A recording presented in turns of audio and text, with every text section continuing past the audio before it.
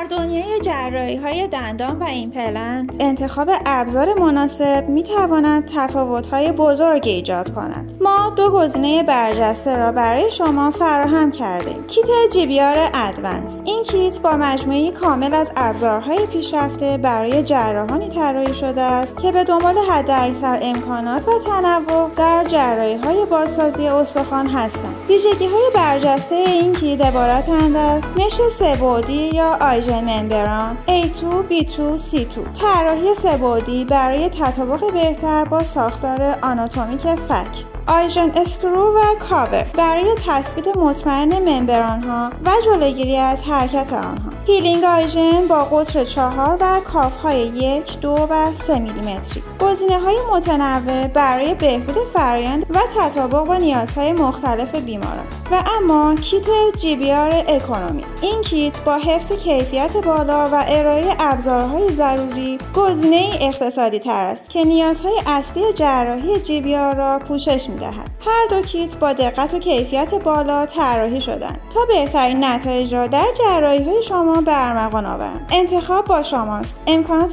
کامل با کیت GBR ادوانس یا GBR اکونومی.